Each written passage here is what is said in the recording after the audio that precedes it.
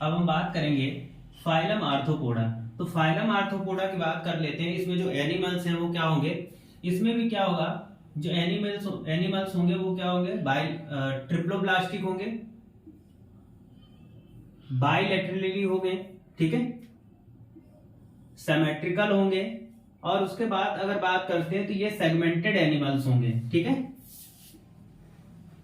अगले पॉइंट की अगर बात करते हैं तो they have complex muscular system, यानी जितने भी हमारे फाइलम आर्थ्रोपोडा के एनिमल्स होंगे उनमें क्या होगा कि एक कॉम्प्लेक्स मस्कुलर सिस्टम पाया जाएगा। आगे अगर हम बात करते हैं, थर्ड पॉइंट की बात करते हैं तो body cavity is filled with blood. इनकी जो बॉडी कैविटी होती है वो क्या होती है कि ब्लड से फिल्ड होती है। Body cavity is filled with blood, ठीक है। अगले पॉइंट पे चलते हैं, एलिमेंट्री कैनॉल, यानी जो इनकी आहार नाल होती है, alimentary canal is complete. Complete का मतलब क्या होगा, कंप्लीट का मतलब होता है कि एलिमेंट्री कैनॉल में एनस और माउथ दोनों चीजें पाई जाएंगी, ठीक है। आगे चलते हैं, रिस्पायरेशन थ्रो, यानी इनमें जो श्वसन होगा, रिस्पायरेशन होगा वो किसके द्वारा होता है। पहला पॉइंट, बॉडी सरफेस के थ्रू होगा, यानी बॉडी के सरफेस स्किन के थ्रू रिस्पिरेशन हो जाता है, गिल्स के थ्रू रिस्पिरेशन होता है, और आगे अगर हम बात करते हैं तो बुक लंग्स के थ्रू भी इनमें रिस्पिरेशन होता है, यानी श्वसन होता है, ठीक है।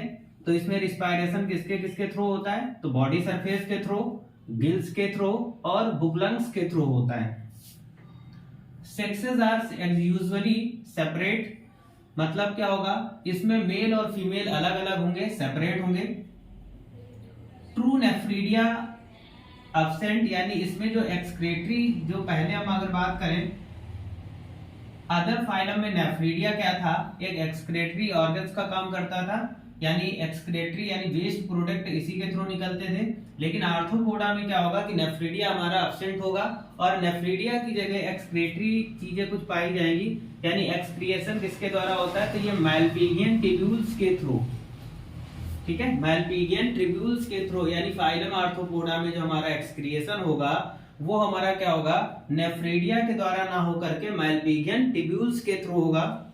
अगला पॉइंट आ जाता है कि आर्थ्रोपोडा फॉर्म्स लार्जेस्ट फाइलम, यानी जो आर्थ्रोपोडा होता है वो सबसे लार्जेस्ट फाइलम होता है, और इसमें कितनी स्पीसीज रखी गई, तो 9,0,0,0,0,0 इतनी स्पीसीज इस फाइलम में रखी गई, और सबसे बड़ा फाइलम हमारा आर्थ्रोपोडा होता है। दे लिव, यानी इस आर्थ्रोपोडा फाइलम के जो एनिमल्स होते हैं वो कहाँ रहते हैं, फ्रेश एंड मरीन वाटर, यानी फ्रेश वाटर में रहेंगे, और मरीन का मतलब होता है समुद्री पानी में। कुछ टेरेस्ट्रियल भी होते हैं।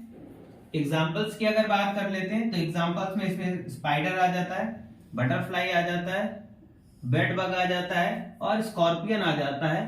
तो ये रहा हमारा फाइलम आर्थ्रोपोडा, जो हमारे एग्जाम के लिए बहुत ज्यादा इंपॉर्टेंट है।